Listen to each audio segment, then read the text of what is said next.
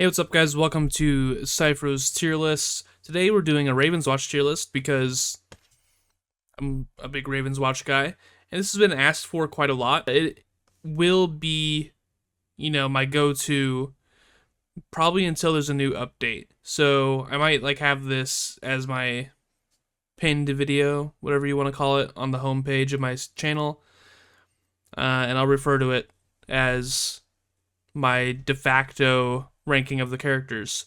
So let's just jump into it. I'm going to start with the bottom and go up. I will say none of these characters are terrible per se, but I definitely do have a least favorite. So let me know by the end of this what yours is like, if you agree or disagree with certain picks, and try not to take it too seriously. Like, everyone has their own opinion, and I think that, some of the characters that I like, other people don't like, and that's completely fine. So, anyways, starting with C tier, I don't have any in the D tier anymore. I used to have Sun Wukong down there, but I think starting with C tier, I'm going to put Geppetto right here.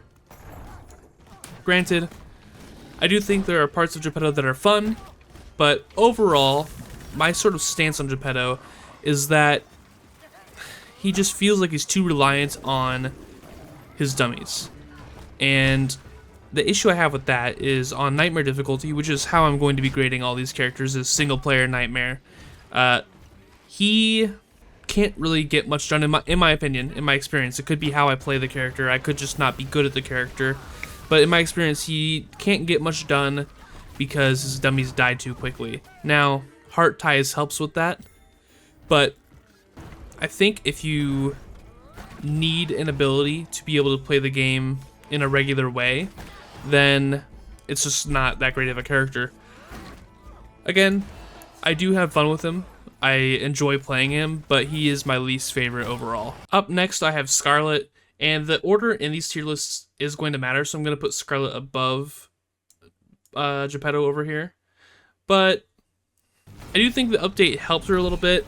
I just personally, even with things like Adrenaline and Fan of Spikes, I really just think that the werewolf is the more fun part of Scarlet's kit. He meshes with my playstyle a bit better, where he's sort of like a bruiser type character, fits into that archetype, whereas I think Scarlet, in human form, is more of an assassin. And I like assassins, but not as much as I like bruisers and whatnot. That's my biggest gripe with the character. I don't think she's bad at all, and I actually probably might even have her in a different tier technically than Geppetto.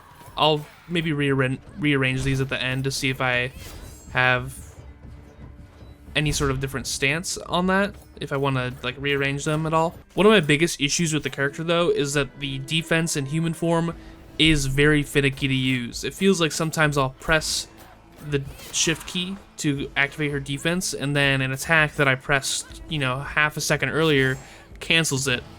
And that is technically fine, just play slower, I guess, but then that's the issue, is I have to play slower. I have to play more careful with my inputs in a way that doesn't really mesh well with me personally.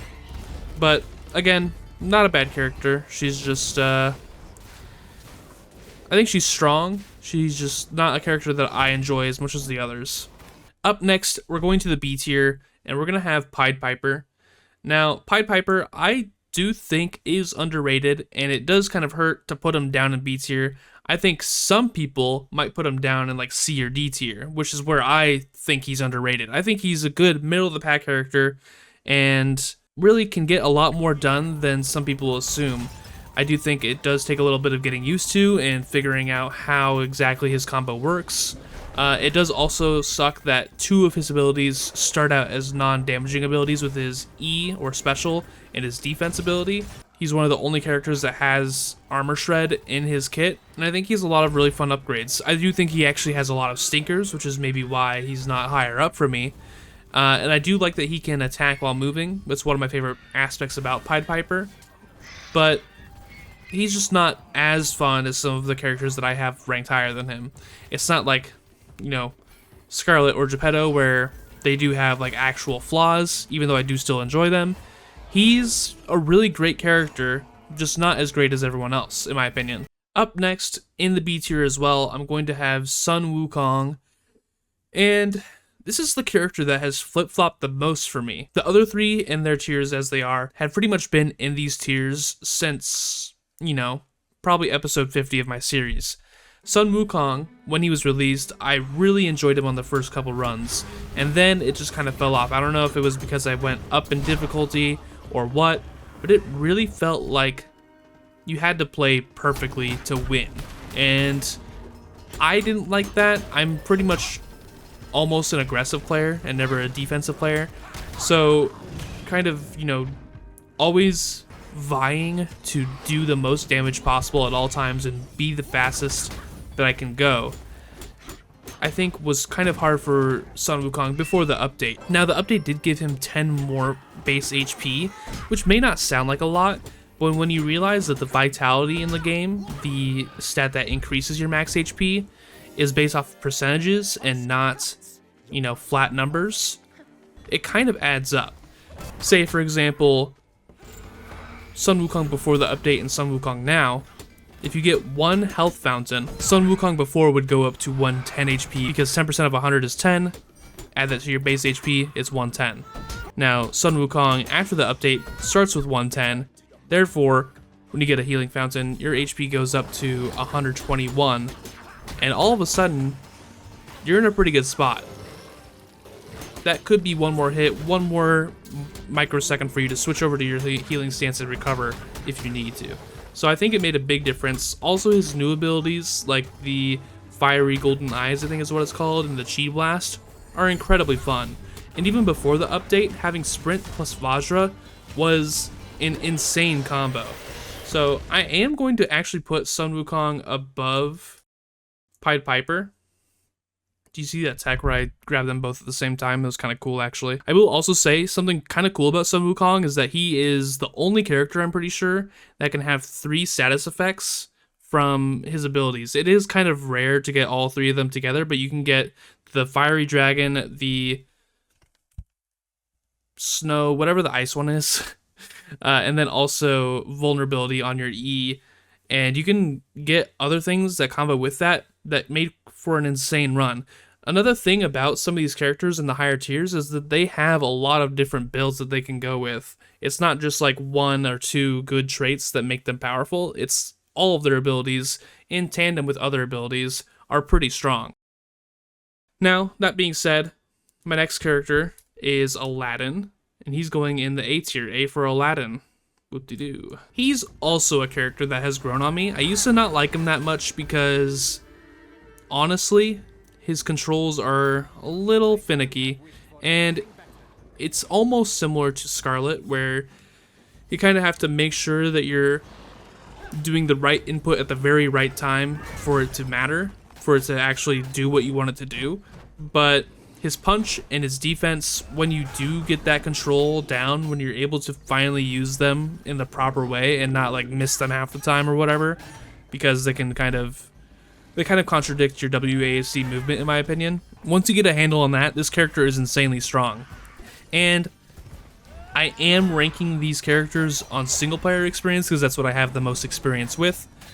But I will say Aladdin is probably the best character in multiplayer, hands down. His passive ability, if you play him as a support, giving other characters buffs, is actually insane, and I feel like he's like a guaranteed win when you play him in multiplayer, or very close to it. I will say he probably does have the worst base ult in the game. I don't really like spending more money to get another trait, because it doesn't seem like the value is really worth it there for me. 150 plus a cooldown, 150 dream shards I should say, plus a cooldown, doesn't really sit right with me. I much prefer his Magic Carpet.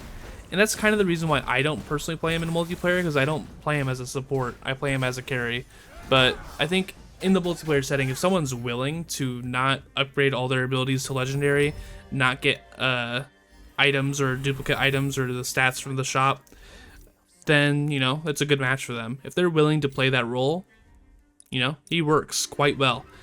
But his Magic Carpet it's a strange dichotomy, because I really, really don't like the ability to buy more passive charges, but I love the magic carpet. I think it's probably the best ult in the game, mostly because a lot of the other ults are like, oh, I stand still and deal damage or whatever, but he can move around and deal a ton of damage, and he's invulnerable during the period, so it's quite nice. If I had to make a suggestion for how to make the base ultimate, the one where you buy another charge of your passive, if I had to make a suggestion for how to make it a little more appealing to a player like me, I would say to have the option to buy another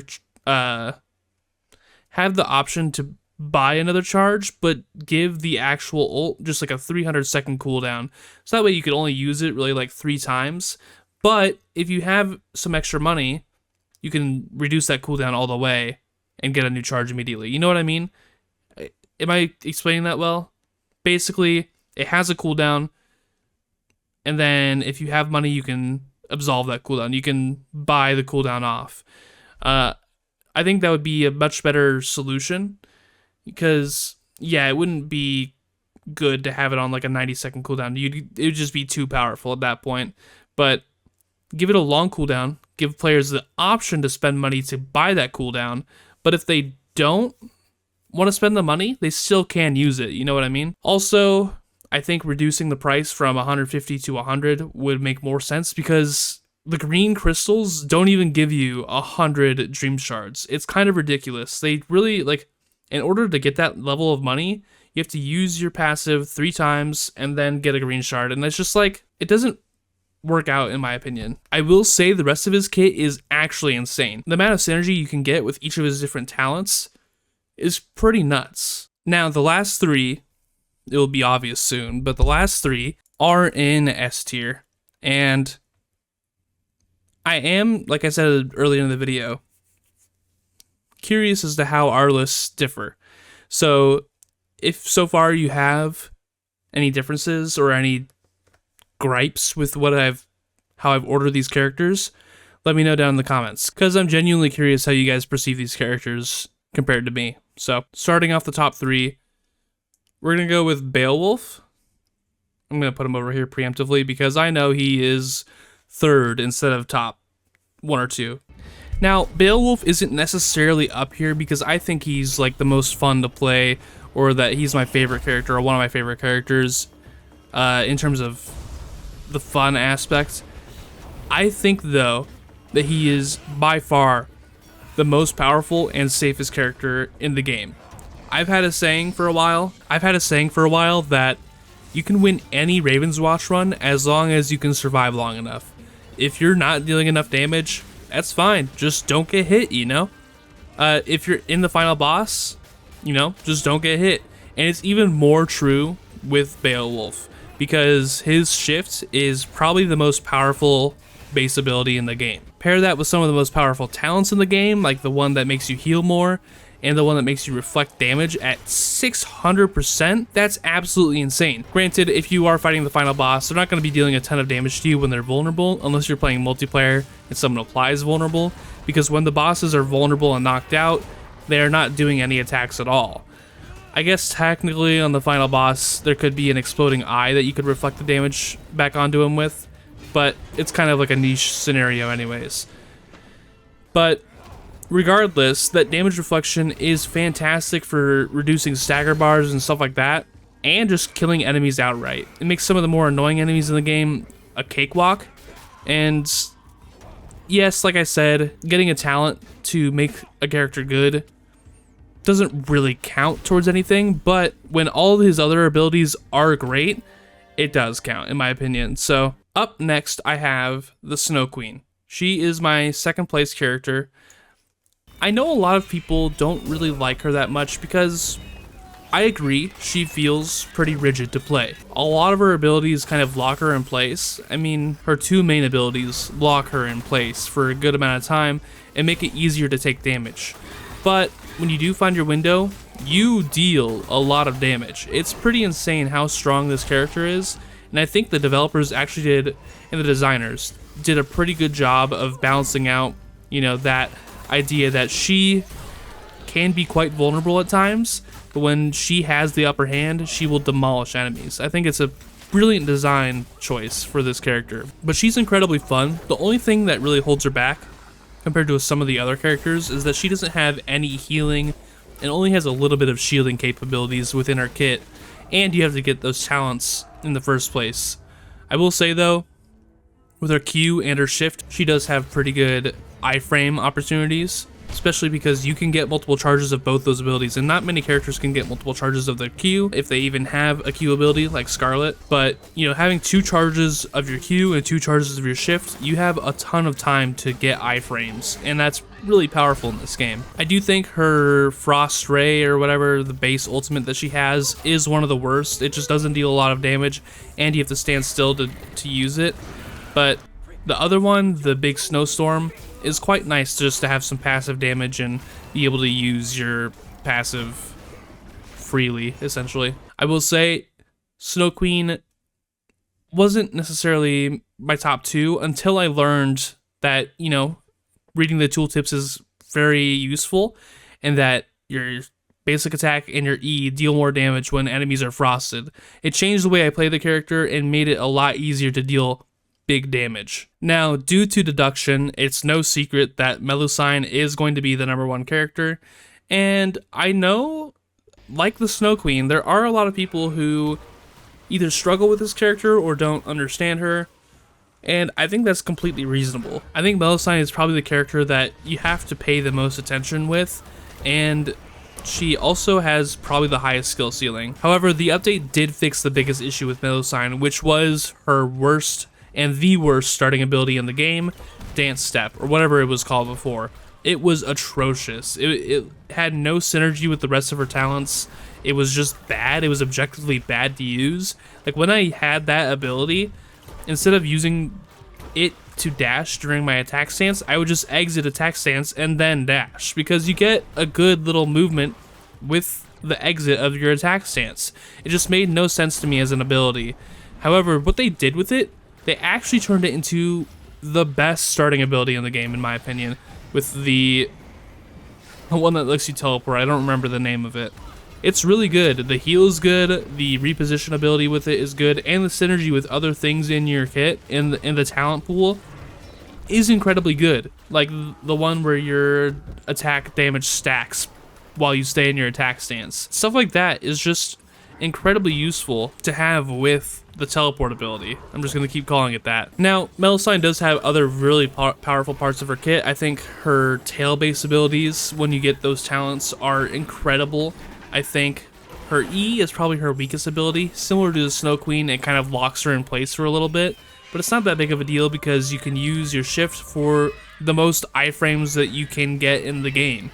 It's kind of nuts how safe you can be with this character. Is actually quite powerful, especially because you can use that ability offensively if you get the right upgrades. There's my tier list. I do think I will move Geppetto down to D because I think he's not quite on the same level as Scarlet. I think he's less enjoyable. She, especially after the update, is pretty good.